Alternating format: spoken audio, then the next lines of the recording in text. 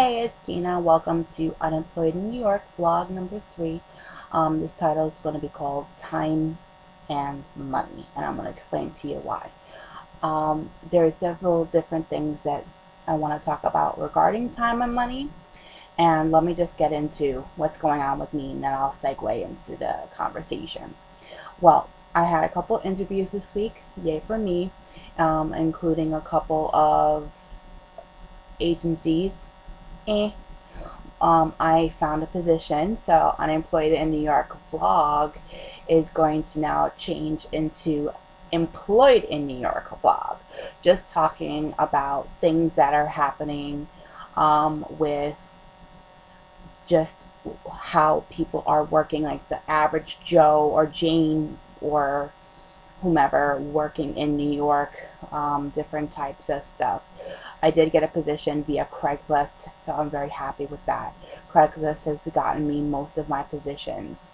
There are other sites that you can use. Some of them are good, some of them are bad, but I'm going to leave that for another day. I don't want to disrespect any sites because one of these sites can flag this video and take it down, so I'm not going to mention sites. But for me, I will say Craigslist, even though it has some good parts and some bad parts, you can automatically, when you get a response back that wants your information, you know that you're getting phished. But once in a great while, it does work. For me personally, it's worked a lot of times for work. So I did get a position. I do start on Monday. However, I'm going to segue into good and bad. One thing I want to mention is that when you go on an interview, there's a good interview, and it's just comes to the why I want to talk about time, and a bad interview. A good interview can last from a half hour to an hour. Now, this is my personal opinion. This has happened to me, and it could, I'm not sure, but if usually it's a rule of thumb. If it's I had a couple of interviews that were, we're not talking about the job agencies. I'm talking about the interviews that I had. The interviews that I had that were half hour, 45 minutes. I met the HR person, then I met a partner, and then I met another attorney, which is the job that I got, which means it's a great interview. If they want to introduce you to other people, that means it's a good interview. I had another interview on Friday, which I went into the office. I waited more in the lobby, sorry, not in the lobby, in the waiting area, then I actually met with a guy. He said, tell me about yourself, and that was the whole interview. It lasted about 10 minutes. I know I didn't get the job, and I know that I'm not looking, whatever. So if you are in a 10-minute interview, then you know that this is not for me. Also, if you see that you're waiting in the lobby or you're waiting in a waiting room area and there's other people back to back, that's a bad interview. That means you're just for a cattle call. Now, these are not talking about for job agencies. I'm talking about jobs.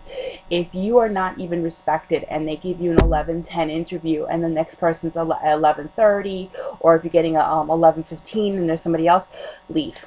Thank you. Goodbye. Because they don't respect the person. I was told, having conversation with people, that it's a job person's market. It's the employer's market, which is true. There's a lot of people waiting, and a lot of people are unemployed, so that means that they're waiting and they'll just take whatever. Now, another thing I wanted to talk about, what happened to the 9 to 5 position? Now, I'm not talking about retail. This is a professional position. What happened to 9 to 5? Why is it always 8:30 to 5:30? 9 to 5:30. Why is it I have to now, you pay for me, I have to pay for my own lunch break? And in New York, it's half hour, so you're obligated to give me a half hour. I can't do anything in a half hour. That means leave my desk, go to the bathroom, go downstairs, grab something to eat, and come back, and I'm done. There's your lunch break. Especially in Manhattan, when you're going like 3 or 4 blocks to the only place in the neighborhood that's decent. Usually it's like the $1 pizza joint or the Chinese joint with the $5 or $6 or $8 lunch special, which I've had that. Don't do that. Bring your own lunch. That is for me to you. The only good thing about it is lunch stuff in the city is that screw Starbucks or whomever, you get the $5 coffee. Now Starbucks is gonna flag this, but my personal opinion, I like Starbucks. I can afford Starbucks because of the salaries that I get, which we're gonna talk about in a minute. That's the money part, but this is the time part. So find your coffee guy on the street. But time, like, can somebody explain to me, like, what happened to um, time, because it's half hour to an hour lunch, and there's no 9 to 5:30. The one thing I also notice is, like, sure, you're working from, let's say, 8:30 to 5:30, which I've had a couple of jobs, 9 to 5:30, 9:30 to 5 to 9 to 6, which is another one. And you're leaving at 6, and they're like, "Oh, why are you leaving at 6?" "Well, it's time, you don't pay me overtime." And it's like, what? I had a job, which is one of the really big reasons why I left, it was,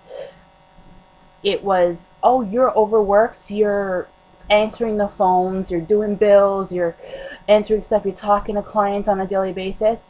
Well, and I'm like, "You're overwhelmed? I'm sorry, why don't you come early, stay late, and come on a weekend?" And I'm looking at you like, "You don't pay me overtime, I'm salaried," which is one of those things I have a question about. Salaried, are they allowed to pay, like, not pay you overtime?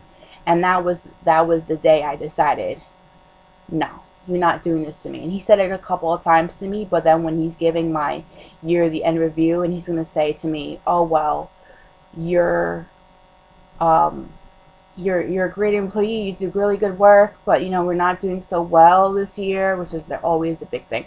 "We're not doing so well this year," which I'm very, like, on the side note, like, very happy that he was giving us a bonus anyway, because a lot of people don't give bonuses, and that's, like, something that's going on in the sector. Again, that's the money part. But me, with the time, it was like, he was telling my previous employer was telling me, "Oh, I'm going to give you based on, job performance, including coming in early, staying late, coming in on a weekend." And if you're like me, the commute is like an hour and a half into the city. The 4 train is packed in the morning. The 5 train is packed in the morning. Or you're going into, like, the 2 train, which is packed in the morning. Like, all, like, we're sardines. We're sitting sardines. Okay, that's another question for you. How, if you really want employment, how long are you willing to commute? Now, I'm not talking about the people who live in areas where you're driving. Some people want to live in those areas. They want better schools. They want freedom to have homes. I'm not saying that. I'm saying that commuting on like trains. A lot of people who live in Connecticut or in Long Island are saying, "Well, I come 2 hours, 3 hours." Here's the thing, though. You're making that conscious decision. But other people who are living in the city, who are trying to work in this city. I knew someone who used to come from the deepest New Jersey, and she would go an hour, 2 hours every day, but she loved her job. What happens if you don't love your job? What happens if now you're getting 1.5 hour? Now this is the train. On when I used to live in Long Island, because I did live in Long Island for a time, it was an hour and a half, 2 hours, but, like, it was going to Penn Station, and it was going to Grand Central, because I was working by Grand Central. But the nap from the last part of Long Island to Penn Station was very good. Like, the half hour, 45 minutes. It depends on how express the train was. Sometimes it was an hour if it was local, but it was a really very refreshing. But if you're on the New York City subway and it's an hour and a half, you're coming from the top of the Bronx, the end of Queens, you're coming from Staten Island, it's not that good. You're tired. An hour and a half is too much. You're like this. Now, I'm a big girl, which that is not open to discussion. I'm letting you know, standing like this is, people are elbowing me like I should be not there. I should not exist. So I'm elbowing you back. I'm already combative at 9 o'clock, before 9 o'clock in the morning. So imagine me during the day at work, like, "Hello, what do you want?" Because I'm already starting my day off wrong. So how long do you want to commute? That's my question to you. Okay, that's why I took that job in Brooklyn, and it ended up not being the best part. Um, here's the other thing I wanted to talk about, because time is like when did the 9 to 5 go away? Like now, why I'm we paying for lunch breaks, other things like holidays. I don't know about you. I work in the law field, as I said in previous videos, but why are we getting 4 or 5 holidays a year? Like legit, like we're getting the 4th of July. We're getting that start January 1st, Memorial Day, the 4th of July, the day after Thanksgiving, Christmas. I think maybe Labor Day too. I'm not sure. Like I think so. It's like 6, but those are the only holidays you get. Now, as us plaintiff on defendant, you get like everything, and you get Passover and all the you get the first day. Oh, the Monday's a holiday. You're getting out at noon on Friday, and I'm like saying like oh, what? Like, when did that happen? Like, when did not giving holidays to your employees or their optional holidays is the norm? Because you don't understand as the employer, but a day off, if you're, being able to sleep in on Monday. Now, I see a lot of private other sectors, like the if the banks are closed and you're closed. This happens a lot in the money, economic. If you work for a bank, it's a little bit different.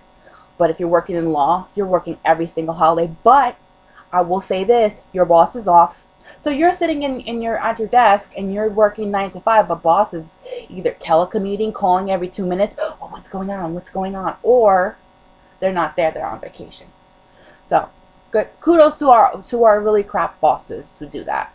So where did all the vacation go? 9 to 5, what happens to it?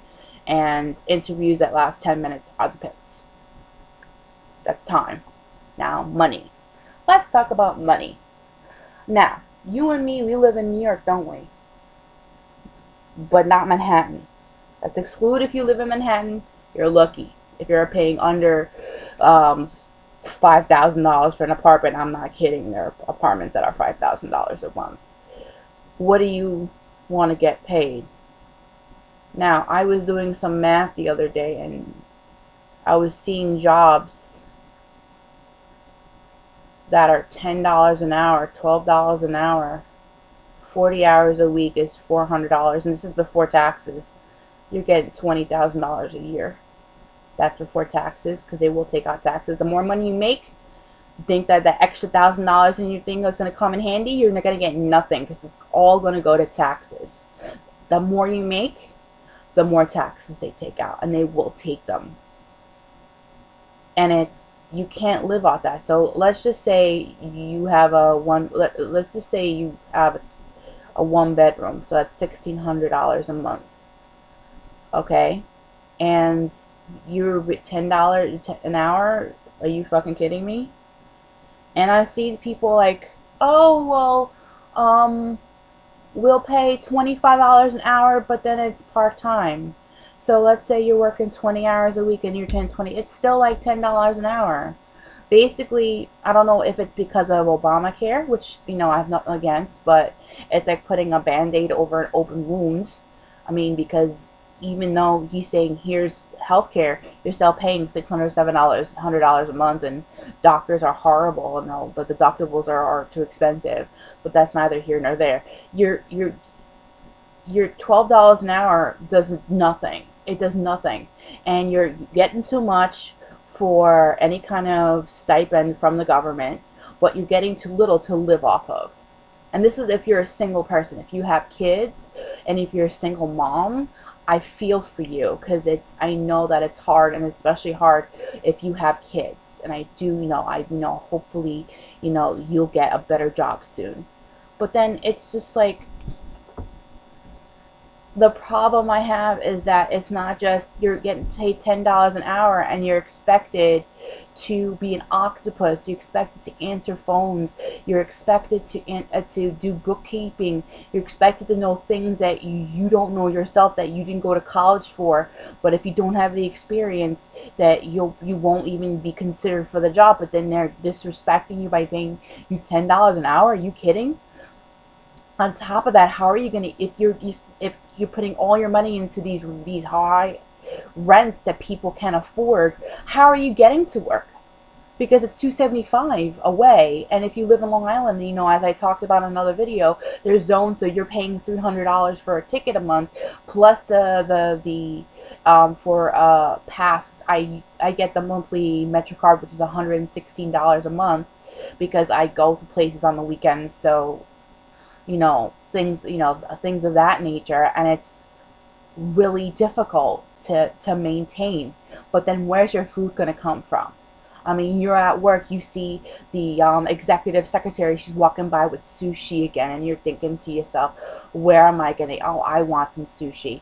That's $10. That's, if you spend $10 a day on lunch all week, it's $50, and it comes up to $200 a month. That's why I bring my own lunch. That's why I bring fruit, and I try to bring healthy snacks, because there's nothing around there. And at 3 o'clock, you're putting things in your mouth. You know, you're putting candy just to stay awake, just to get to 5:30. That's the thing. It's just, there's time. You're working long. We're working longer days. We're working for less vacation, and then we're working for less pay. And here's the thing: if I demand in my salary a certain amount, because I know XYZ, because I've worked in the legal field for about 10 years now. But if you're coming out of college, they're looking at you like, here you go. But I'm better off, even though I'm in debt with my college, than the people that are coming out now, because they're still getting paid the same amount of money I was getting paid. And my parents, if your father is my dad, we're not talking about my dad, we're talking about a theoretical father here. If he says, well, I went to college and I was earning this amount of money, and I was able to buy my first house, and I was able to, the 60s and the 70s, what happened then is completely not happening right now. We're getting no pay. We have to have a bachelor's degree or else they won't consider us. And if we do have a bachelor's degree, we have all this information, we have all this experience, people don't want to hire. So my question to you is this, and as I try to conclude my little bit of off different topics to try to the time and money, how long do you want to commute? How long do you want to, like, how long does your day want? How long do you want your day to be? Okay? Do you want time off? And how much do you want to get paid? And if you answered, well, you know, I want to get paid a decent amount, and I want to get paid, and I want like decent amount of time off, and I want to work like 9 to 5. I don't want to stay out of law, number one, and leave New York, number two. Because I know that there's other places that respect the people, work in a mom and pop place, and maybe you'll have that set. But as in working in New York, we work more than 40 hours a week. We get paid almost next to nothing. Most of us are living from paycheck to paycheck. We cannot afford to go anywhere, so we have things called staycations, which means we stay in the house and we do laundry, because we can't during the week, because we're busy. Most of us are drinking, and I'm not talking about the hipsters, because I don't know what the hell these people, I see them when I was interviewing last week with tattoos on their neck and wearing clogs during the day, and I'm like, where the hell are you going? Are you going to your art class? How do you afford your Williamsburg apartment? How do you afford your Park Slope apartment? How do you afford your Astoria apartment? You're with no money and no time, like you have all day off. Are you like a bartender or something? Can I be a bartender? Are they hiring? But other than that, those are the questions that I have to ask, and those are the questions that boggle my mind. So if you have a comment, you are frustrated about something, please leave it in the comment. Please like and subscribe. I plan to do more of these. I plan to, as I get to work, maybe after my first week of work, I want to talk about how I feel, and if it's worth, this job is worth it, because I'm getting paid less, and I'm again receptionist and other stuff, and I'm very not happy. I have a permanent position rather than temp to perm. So leave a comment about what your experience has been, and if you live outside of New York and you think your city is better, leave it in the comment, because I'm legit, and I was born and raised here. I am totally like done with the city. I'm done with it because they don't care about us, and they only care about the 1%. That's what it is.